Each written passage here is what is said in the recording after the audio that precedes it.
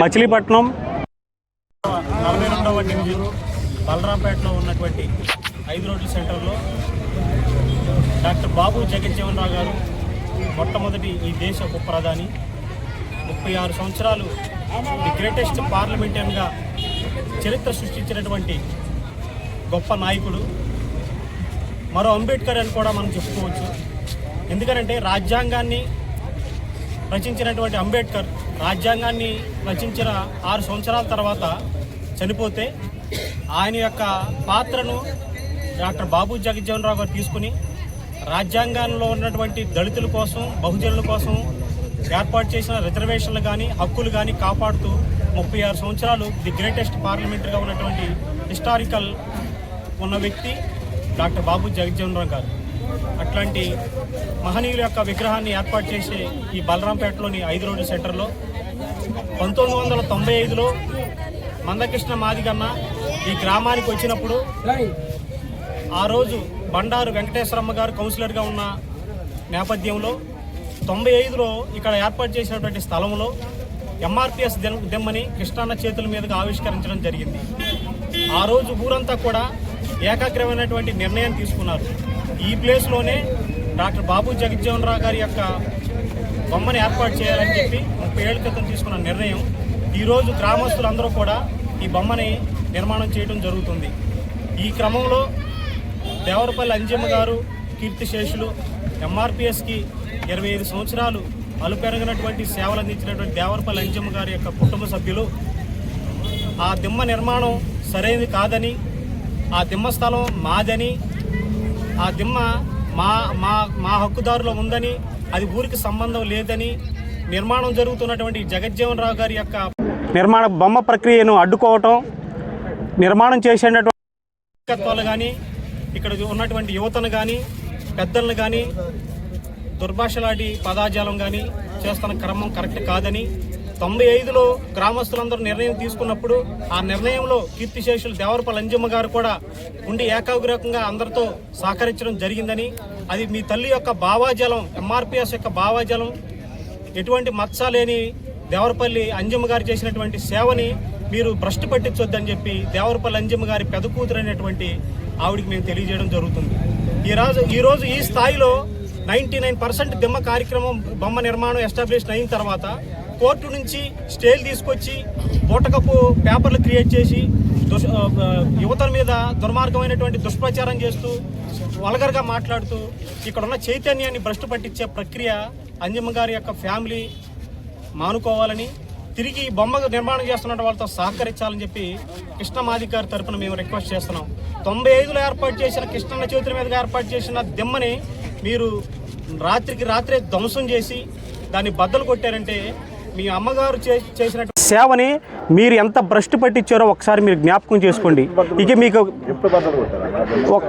ఒక 2 నెలల క్రితం బద్దలు కొట్టారండి. 2 నెలల క్రితం కృష్ణమాది గారు 95లో ఏర్పాటు చేసిన ఆవిష్కరణ దిమ్మని వాళ్ళు బద్దలు కొట్టినా గ్రామస్తులు సహించి, సరే వాళ్ళు ఏదో ఆవేశంలో ఉన్నారని ఇంకా పెద్ద మనసుతోనే ఆవిడని చూస్తున్నారు కానీ వేరే దురుద్దేశంతో గ్రామస్తులు అయితే చూడట్లేదని, దయచేసి దేవరపల్లి అంజమ్మ గారి యొక్క కుటుంబం, వాళ్ళ పెద్ద కూతురు కానీ, వాళ్ళ తమ్ముళ్ళు కానీ, వాళ్ళ చెల్లెళ్ళు కానీ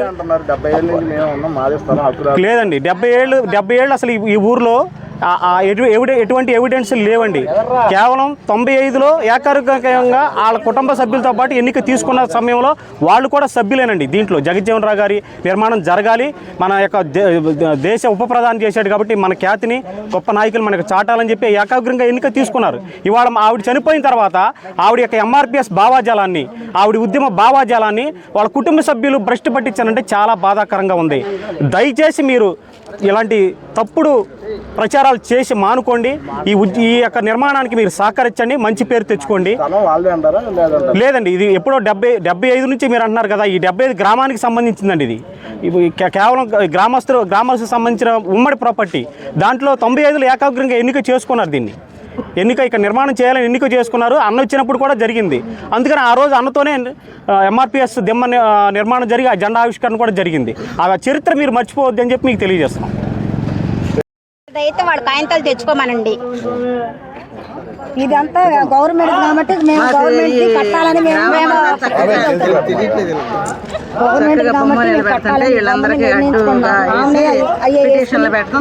వీళ్ళ మీద గొడవలు పడి పోట్లాడతాం. కుర్రోళ్ళ మీద కేసులు పెడుతున్నారంట. 5 లక్షలు ఇమ్మని ఏంటో ఈ స్థలం మున్సిపాలిటీదండి. పోరంపోకు ఇద్దరు అక్క చెరువులు కలిసి 5 సెంట్లు స్థలం ఆక్రమించుకుని ఇల్లు వేసుకున్నారు. బావి పక్కన ఉన్న స్థలాన్ని మేము వెనక విగ్రహం పెట్టుకుందామని, అది మా భూమి, మా సొంత భూమి అని చెప్పి వాళ్ళు గొడవ పడ్డారు. గొడవ పడినప్పుడు సిఐ గారు వచ్చారు, మున్సిపాలిటీ టౌన్ ఆఫీసరు సర్వేర్ గారు వచ్చి సర్వేర్ గారు కొలతలు వేసారు. సర్వేర్ గారు కొలతలు వేసి మార్కింగ్ ఇచ్చారు. ఆ స్థలం సర్వేర్ గారు మాకు హ్యాండ్ ఓవర్ చేశారు. దీంట్లో మీరు బొమ్మ వేసుకున్నారు సంబంధం లేదు. ఆ బొమ్మ యాత్ర ఉన్నది గొడవ పడుతున్నారు. కోర్టు నుంచి ఇంజక్షన్ ఆర్డర్ తెస్తే కారణం ఏంటంటే, అది కాకుండా నాయకుడు కష్టపడి బొమ్మ పెట్టి ఆయన దగ్గర 5 లక్షలకి ఇవ్వమంటా అంటే దీని ప్రాపర్టీ ఎంత? ఈ కొట్టు పట్టుకుని బతుకుతున్నాను అంటుంది కదా, కొట్టు పెట్టుకున్నావు బతుకుతున్నావు, 5 లక్షలు పెట్టేస్తావు అని చెప్పి అడిగాడు. గమనించండి ఒకసారి. ₹1,00,000 గతి లేదు మనకి, 5 లక్షలు ఎట్లా ఇస్తాను? అన్నీ ఏంటంటే ఆ బొమ్మ ఆపుతాకి కారణమయ్యి ఇద్దరు ఆడవాళ్ళు ధైర్యంగా సమయానికి ఉద్యోగం చేస్తుంది. ఇవాళ ఆ ఉద్యోగానికి కూడా మేము హెసరు పెట్టేస్తాం. ఆపం అర్థమైందా? చేత ప్రతి గొడవలు ఉంటాయి కనుక నా గ్రామానికి విగ్రహం కావాలి సార్. వాళ్ళు ఎటువంటి అడ్డంకులు వచ్చినా అడ్డుకుంటానికి మేము సిద్ధమే. అర్థమైందా? వాళ్ళు లేనిపోయిన మాటలు లేనిపోయి వాళ్ళు ఇష్టం వచ్చి మాట్లాడుతూ మనుషుల మొగల మీద నా మీదకి వచ్చిందండి. అటువంటి వ్యక్తిని ఏం చేయాలి?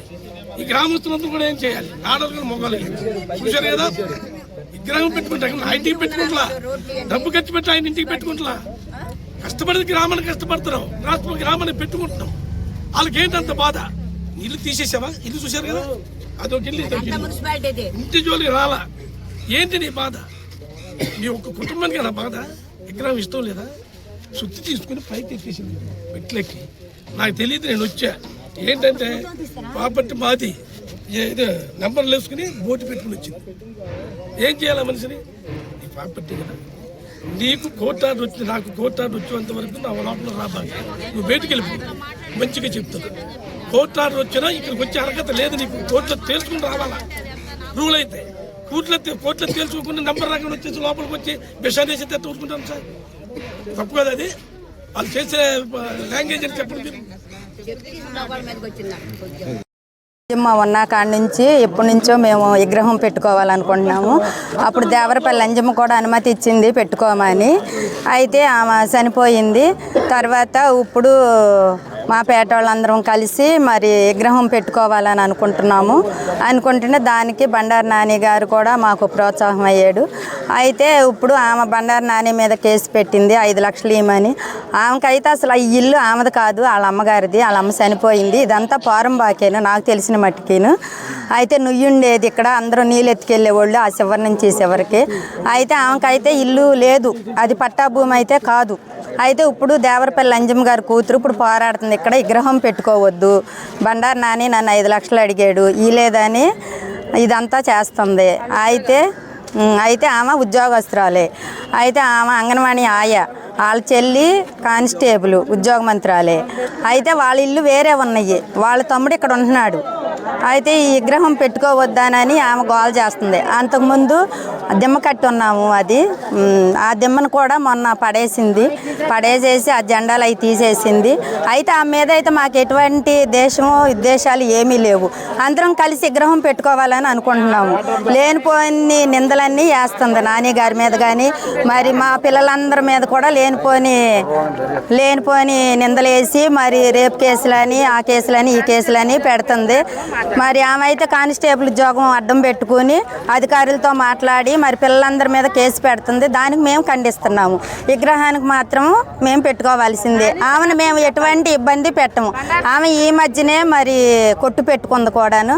ఆమెను ఏ రీతిగా అడుగుతాడు? అందరము ఈ పేట వాళ్ళమే, తెలిసిన వాళ్ళమే. అంజమ్మ కూడా మాకు బంధువే.